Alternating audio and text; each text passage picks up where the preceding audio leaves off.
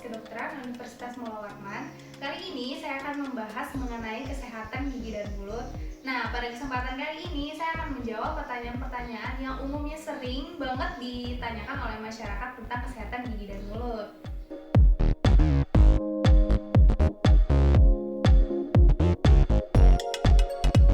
Fungsi gigi dan mulut di sini ada 3. Yang pertama ada fungsional, yang kedua fonetik, dan yang ketiga ada estetik. Yang pertama ada fungsional, di mana fungsional ini sebagai fungsi pengunyahan.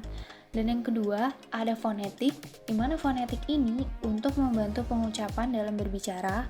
Dan yang ketiga ada estetik, di mana estetik untuk membuat kita lebih indah bahkan lebih cantik.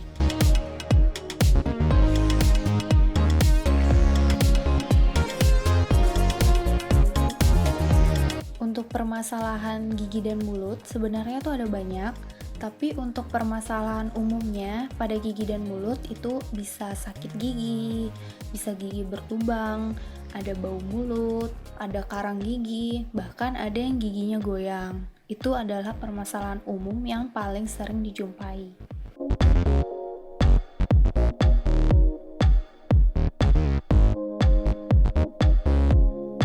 Untuk penyebab sakit gigi sebenarnya itu ada banyak. Yang pertama itu ada gigi berlubang, yang kedua ada gigi yang patah. Nah, gigi yang patah ini bisa karena kecelakaan atau bisa juga karena jatuh.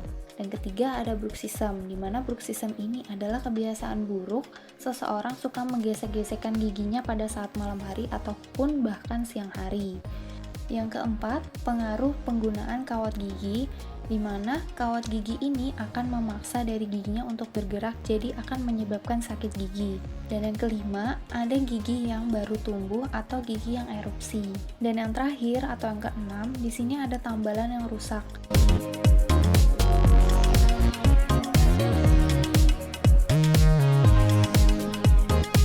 Untuk gigi berlubang, sebenarnya ada 3 faktor. Yang pertama, adanya bakteri di dalam mulut. Yang kedua, adanya sisa makanan. Dan yang ketiga, waktu lamanya sisa makanan ini ada di dalam mulut. Nah, karena 3 faktor ini, antara bakteri, sisa makanan, dan waktu lamanya sisa makanan di dalam mulut ini, yang akan menyebabkan terjadinya gigi berlubang.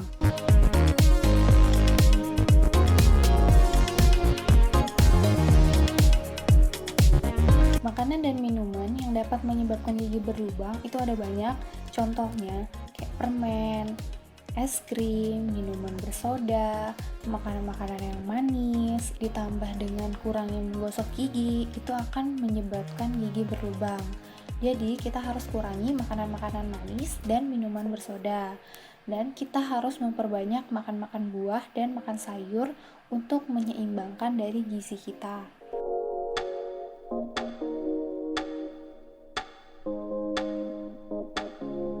Cara mencegah gigi berlubang, pastinya kita harus rajin menggosok gigi.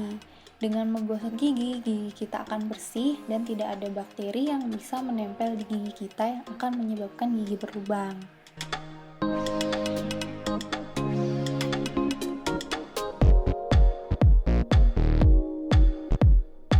Untuk gosok gigi, itu sebaiknya minimal 2 kali. Pagi setelah sarapan, dan malam sebelum tidur, itu udah cukup untuk menjaga oral hygiene kita.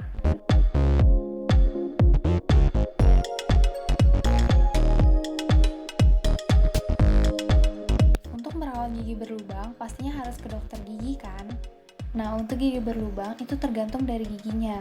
Apakah giginya masih bisa dipertahankan atau enggak? Kalau giginya masih bisa dipertahankan, berarti giginya masih bisa ditambal, masih bisa dilakukan perawatan. Nah, kalau giginya nggak bisa lagi dipertahankan, pasti nanti perawatannya adalah dengan cara dicabut. Kenapa harus dicabut? Akan membuat bakteri itu semakin banyak di dalam rongga mulut kita.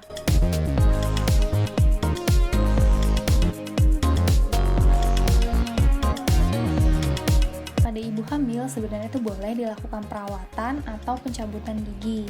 Nah, untuk perawatan atau pencabutan gigi ini pada ibu hamil disarankan pada trimester 2. Karena di trimester 2 ini adalah trimester yang paling aman di antara trimester 1, 2, dan 3.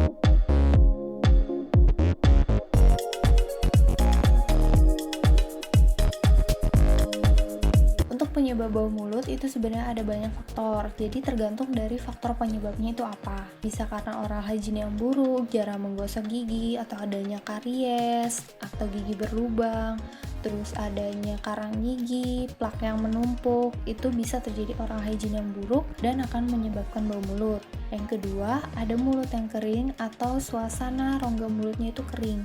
Jadi nggak ada air liur atau saliva dan itu akan menyebabkan bau mulut. Dan yang ketiga, ada bernafas melalui mulut. Ini juga akan menyebabkan bau mulut.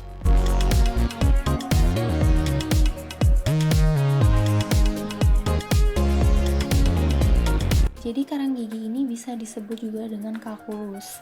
Nah, karang gigi ini bisa disebabkan karena adanya penumpukan plak. Kenapa bisa terjadi penumpukan plak? Penumpukan plak ini awalnya terjadi pada saat kita makan, kemudian kita tidak menggosok gigi dengan waktu yang lama, itu akan menyebabkan penumpukan plak. Plak akan terklasifikasi dan menjadi karang gigi atau kalkulus gigi.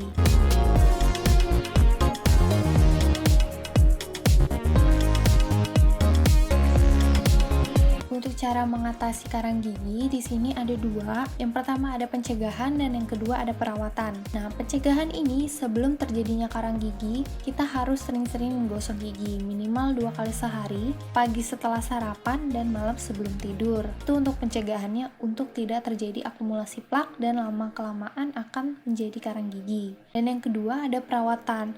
Nah, untuk perawatannya pastinya harus ke dokter gigi kan ya. Nah, di dokter gigi, gigi yang ada karang gigi atau kalkulusnya akan di-scaling untuk menghilangkan dari karang giginya.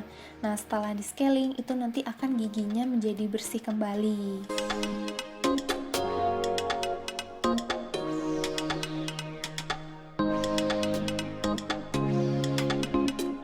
Untuk penyebab gigi goyang itu sebenarnya ada banyak faktor juga. Yang pertama bisa karena terjatuh, karena kecelakaan, trauma, itu bisa menyebabkan gigi goyang. Yang kedua bisa karena gusinya sudah tidak bisa menopang lagi dari giginya. Nah, untuk gusi yang tidak bisa menopang ini awalnya karena terjadi akumulasi plak yang akan menimbulkan karang gigi. Karang gigi ini lama-lama akan membuat radang pada gusi atau disebut juga dengan gingivitis. Nah, setelah gingivitis apabila terus-terusan dan tidak dilakukan perawatan, lama-kelamaan akan terjadi periodontitis, di mana periodontitis ini adalah radang pada jaringan periodontal yang akan membuat gigi ini jadi mudah goyang.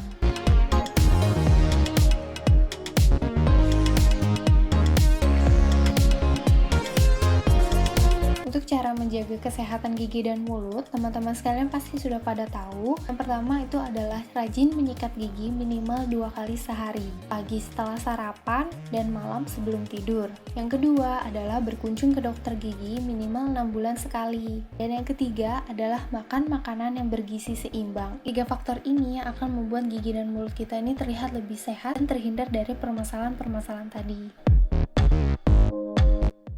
Sekian pembahasan kita kali ini. Saya, Nanda Pratiwi, mohon undur diri. Assalamualaikum warahmatullahi wabarakatuh.